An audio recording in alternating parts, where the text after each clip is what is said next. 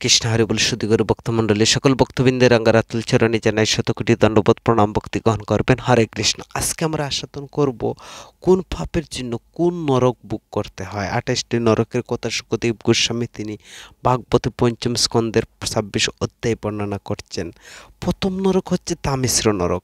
যে ব্যক্তি অপরের ধন স্ত্রী পুত্র অপহরণ করে, অত্যন্ত ভয়ঙ্কর যমদূতেরা তাকে কালপাশে বেঁধে বলপূর্বক তামিশ্র নরকে নিক্ষেপ করে। আর ওই তামিশ্র নরক গুড় অন্ধকার আচ্ছন্ন।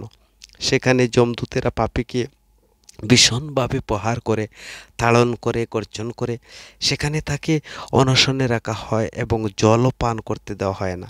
এইভাবে ক্রুদ্ধ যমদূতেরা দ্বারা নির্যাতিত হয়ে সে মূর্ছিত হয়ে পড়ে। দ্বিতীয় নরক হচ্ছে অন্ধ তামিশ্র নরক। যে ব্যক্তি পতিকে বঞ্চনা করে তার স্ত্রী পুত্র উপভোগ করে, সে অন্ধকার তামিশ্র নরকে পতিত হয়।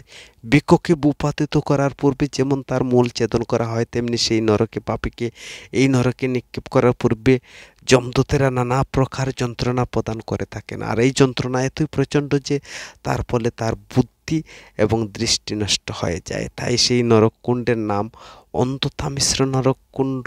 তৃতীয় যে নরককুণ্ড রয়েছে রৌরব নামক নরককুণ্ড। যে ব্যক্তি তার দেহটি তার স্বরূপ বলে মনে করে তার নিজের দেহ এবং দেহের সম্পর্কিত আত্মীয় স্বজনদের বরপুষণের জন্য দিনের পর দিন তার প্রাণে হিংসা করে চলে, সেই ব্যক্তি মৃত্যুর সময় তার দেহ এবং আত্মীয় স্বজনদের পরিত্যাগ করে প্রাণে হিংসাজনিত পাপের ফলে সে রৌরব নামক নরকে নিপতিত হয়।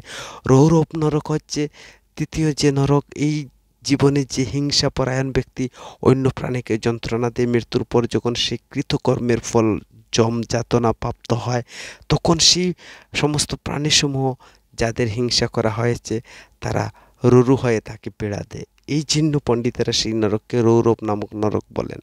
রুরু প্রাণীকে এই পৃথিবীতে দেখা যায় না, তারা সর্পের থেকে হিংস্র। চতুর্থ যে নরক হচ্ছে সেটা হচ্ছে মহারৌরব নামক নরক। যারা অন্যের কষ্ট দিয়ে নিজের দেহ ধারণ করে তাদের মহারৌরব নরকে দণ্ড ভোগ করতে হয়। আর সেই নরককে ক্রবাদ নামক রুরু পশুরা তাদেরকে যন্ত্রণা দিয়ে মাংস আহার করে থাকেন।